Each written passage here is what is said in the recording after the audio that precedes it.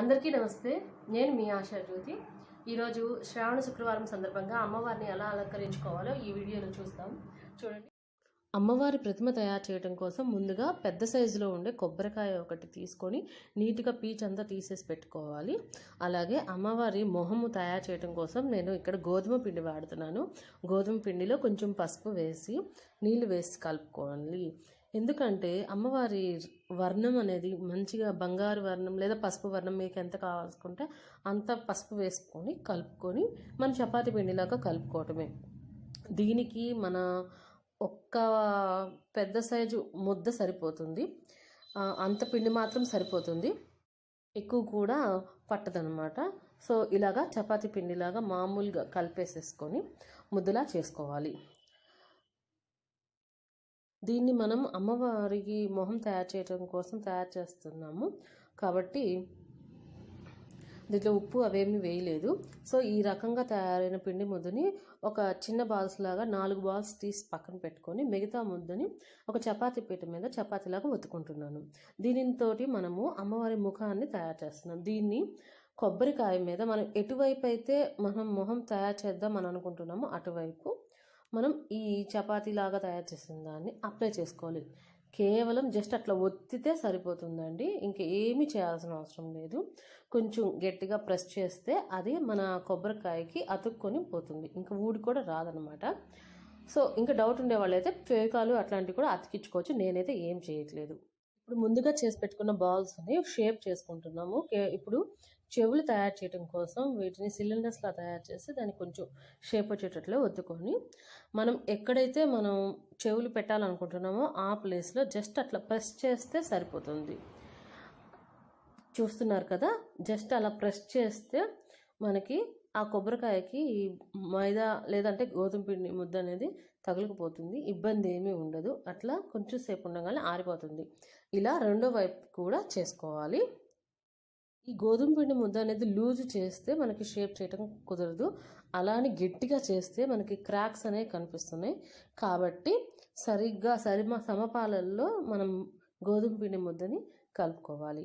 ఇప్పుడు నేను రెండో వైపు కూడా చెవి తయారు చేయడం కోసం ఇలా సిలిండ్రికల్లో ఒత్తుకొని అమ్మవారి మొహానికి ఇట్లా అతికిస్తున్నాను. చూడండి, చాలా సింపుల్గా చేసేసుకోవచ్చు ఈ పని.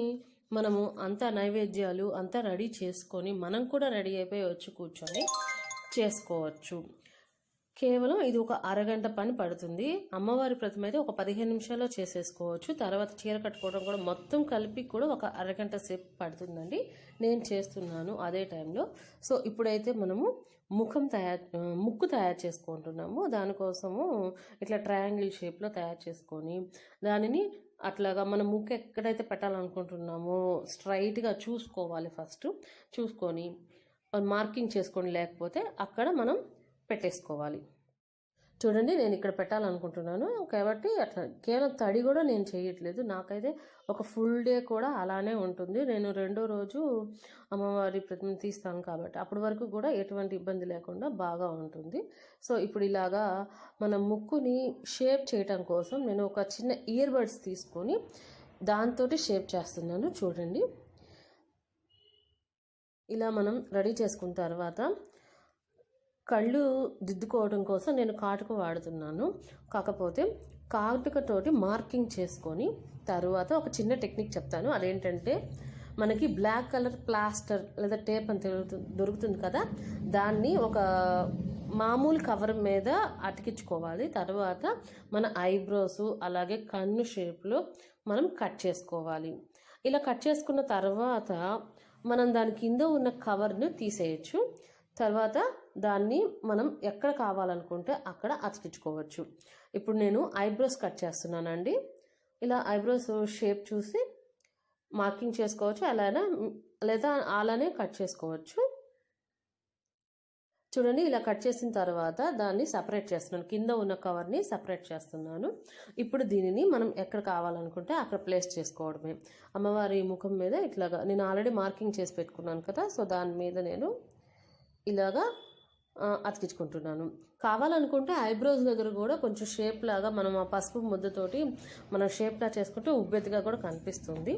సో మొత్తానికి కళ్ళు రెడీ అయిపోయినాయి. అలాగే నేను స్టిక్కర్ కూడా పెట్టేసేసాను.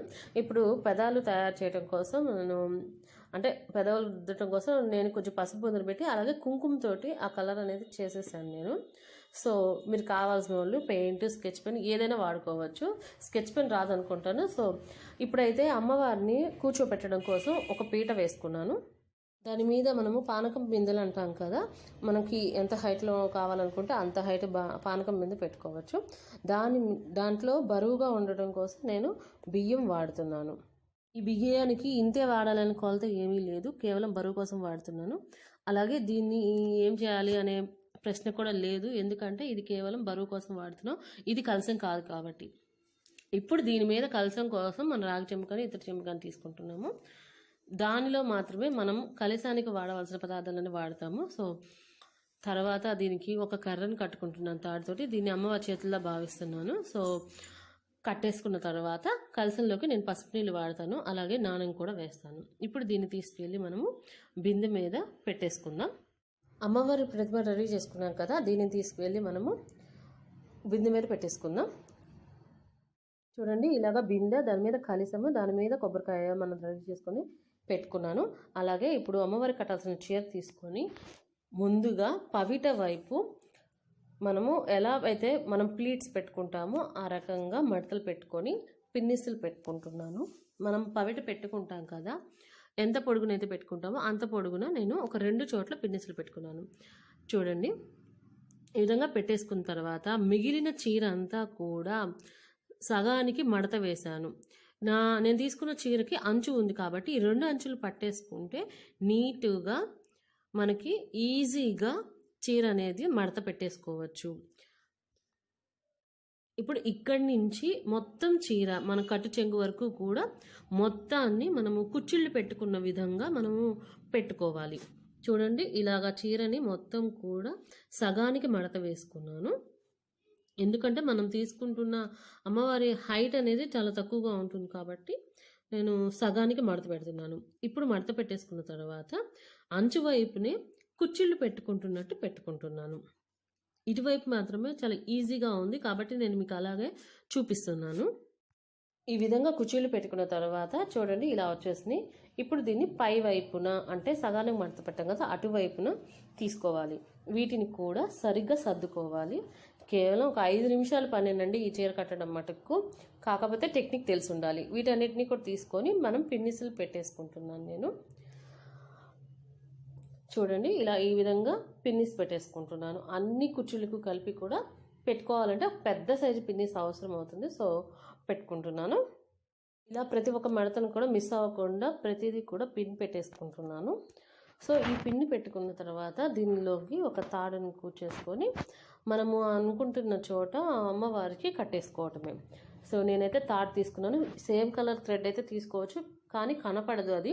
సో నేను తెల్ల రంగు తాడు తీసుకుంటున్నాను. ఇప్పుడు దీనిని అమ్మవారి కలశానికి అంటే మనం కింద బిందె పెట్టాం కదా, అక్కడ మనం కట్టుకోవాలి. అది నడుము భాగంగా మనం భావించి కడుతున్నాము, అక్కడ కుర్చీళ్ళు ఉన్నట్టుగా. ఆ పైన ఉన్న భాగం వక్షస్థల భాగంగా నేనైతే అనుకుంటున్నాను. సో అక్కడ పవిట వేస్తాం కాబట్టి ఇబ్బంది ఏమి ఉండదు. సో ఈ విధంగా కదలకుండా కొంచెం గట్టిగానే ముడేసుకోవాలి. ఇలా కట్టేసుకున్న తర్వాత మనం చీరలో ఉన్న పవిటని వెనక నుంచి ముందుకు తీసుకొచ్చాం. మనం ఎలా కట్టుకుంటామో అలాగనే కట్టుకునేటట్టుగా ముందుకు తీసుకొచ్చి పవిట అనేది వేశాను. అలాగే ఆ కొంగుని భుజం మీదకి వచ్చేటట్టుగా వేశాను ముందుకి. సో ఈ విధంగా అమ్మవారికి చీర అయితే నేను కట్టేసుకున్నాను. తర్వాత నగలన్నీ కూడా అలంకరించుకున్నాను. అలాగే నేను జడ కుప్పలు వేసి జడ కూడా రెడీ చేసి పెట్టుకున్నాను. కేవలం మనకి పైన టెంకాయకి పైన ఉంటుంది కదా, సో అలాగా దానికి తగిలిచ్చేసేసాను. ఈ విధంగా అమ్మవారిని నేను రెడీ చేసేసుకున్నాను.